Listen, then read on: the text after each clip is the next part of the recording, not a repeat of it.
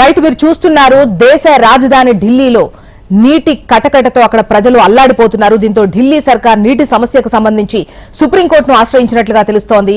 దీనిపై వివరాలు మనకు శిరీష్ అందిస్తారు. శిరీష్,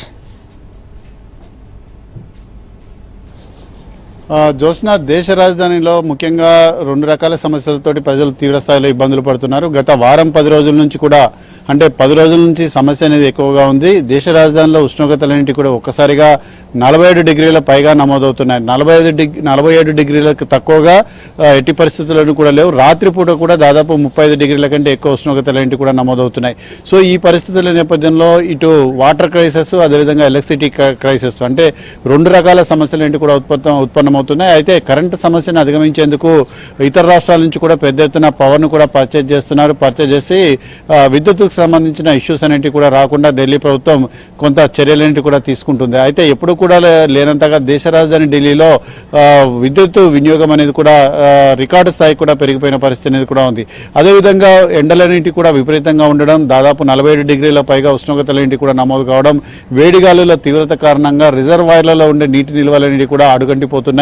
ప్రస్తుతం ఉన్న నీటి నిల్వలు అనేవి కూడా దాదాపు 15 నుంచి 20 రోజులకు వరకు మాత్రమే వచ్చే అవకాశం అనేది కూడా ఉంది. సో బెంగళూరు లాంటి సమస్య అనేది ఉత్పన్నం కాకుండా ఉండాలంటే ముందుగానే మేల్కొనాలని చెప్పేసి కూడా ఢిల్లీ ప్రభుత్వం భావించింది.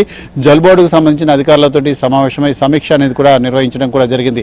కేజ్రీవాల్కు సంబంధించిన బెయిల్ పిటిషన్ అనేది కూడా ఎక్స్టెన్షన్ పిటిషన్ తిరస్కరణకు గురైంది. సో ఎట్టి పరిస్థితుల్లోనూ 2వ తారీఖున సీఎం సరెండర్ కావాల్సింది. కాబట్టి ఈలోపే ఈ నీటి సమస్యను అధిగమించేందుకు కేజ్రీవాల్ అధికారులతోటి సమావేశం అనేది కూడా నిర్వహించారు.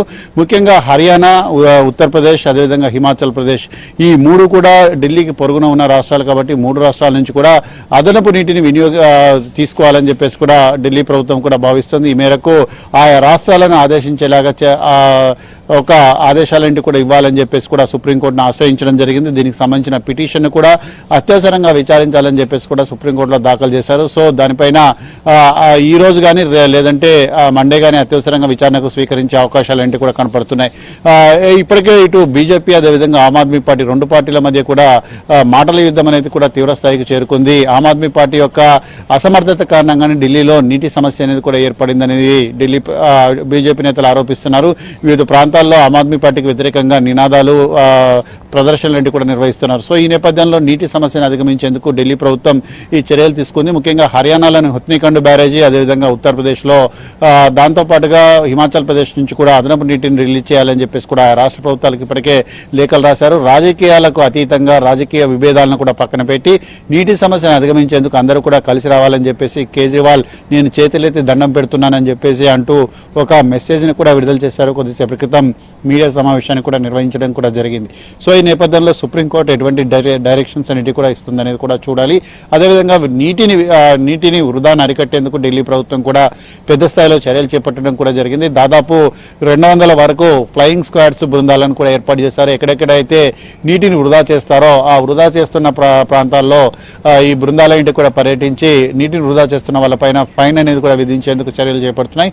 దాదాపు 2000 రూపాయల ఫైన్ అనేది కూడా విధిస్తున్న పరిస్థితి అనేది కూడా ఉంది. సో ప్రస్తుతం నీటి కటకట అనేది కూడా ఉంది. ఋతుపవనాలు కూడా రావాలి, వర్షాలు పడాలి అంటే ఢిల్లీలోనే కాదు, అటు పైనున్న హర్యానా, అదేవిధంగా ఉత్తరప్రదేశ్, హిమాచల్ ప్రదేశ్ లాంటి రాష్ట్రాల్లో వర్షాలు కురిసడం ప్రారంభమైతే అప్పుడు నీటి సమస్యను అధిగమించవచ్చు. నైరుతి ఋతుపవనాలన్నింటి కూడా ఉత్తర భారతదేశం, ముఖ్యంగా ఢిల్లీని వాటిని కూడా చేరుకోవాలంటే మరొక 4 రోజుల సమయం అనేది కూడా పట్టే అవకాశం ఉంది. కాబట్టి నైరుతి ఋతుపవనాలు వచ్చి వర్షాలు పడి నీటి సమస్య అనేది కూడా తీవ్రత తక్కువయ్యేంత వరకు కూడా ఉన్న నీటిని సాధ్యమైనంత వరకు తక్కువగా వినియోగించుకునే విధంగా ప్రజలు ఏర్పాట్లన్నీ కూడా చేసుకోండి. ముందు మనుషుల యొక్క అవసరాలు, ఆ తర్వాత పశువుల యొక్క అవసరాలు, అప్పుడే ఈ గార్డెనింగ్ కానీ లేకపోతే ఇతరత్ర వాటికి కానీ వినియోగించండి అని చెప్పేసి కూడా చెప్తున్నారు. ముఖ్యంగా వాహనాల సర్వీసింగ్ ప్లాంట్లు ఏవైతే ఉన్నాయో వాళ్ళందరికీ కూడా ఆదేశాలన్నీ కూడా జారీ చేయడం కూడా జరిగింది. ఇప్పటికే ఈ సర్వీసింగ్ ప్లాంట్స్ అన్ని కూడా వాటర్ను ఉపయోగించి సర్వీస్ చేసే వెహికల్ సర్వీసింగ్ ప్లాంట్స్ అన్నింటినీ కూడా మూసివేయాలని చెప్పేసి ఆదేశాలన్నీ కూడా ఇచ్చారు. దాంతోపాటుగా ముఖ్యంగా గార్డెనింగ్, మొక్కలకు రీసైక్లింగ్ చేసిన వాటర్ను వినియోగించాలని చెప్పేసి కూడా ఆదేశాలన్నీ కూడా జారీ కావడం జరిగింది. సో మొత్తం మీద కూడా మరి సుప్రీంకోర్టు ఎటువంటి డెసిషన్స్ తీసుకుంటుంది ఉందనేది కూడా చూడాలి. ఒక వాటర్ ట్యాంకర్ వస్తే ఆ వాటర్ ట్యాంకర్ పైన దాడి చేస్తున్న విధంగా వందల మంది పరిగెత్తడం, పెద్ద సంఖ్యలో ఈ ప్లాస్టిక్ క్యాన్స్ వీటన్నింటినీ కూడా తీసుకొని మహిళలు ఎండను సైతం లేక చేయకుండా నీటి కోసం యుద్ధాలు చేయడం, ఇవన్నీ కూడా ప్రస్తుతం కనపడుతున్న దృశ్యాలు. కాబట్టి వీటిని పరిష్కరించే దిశగా సుప్రీంకోర్టు ఆర్డర్స్ ఇవ్వాలని చెప్పేసి కోరుతున్నారు. మరి హర్యానా, ఉత్తరప్రదేశ్ రాష్ట్రాలు దీనిపైన స్పందిస్తాయా లేదా అనేది కూడా చూడాల్సి ఉంది. జోస్నా. రైట్ శిరీష్.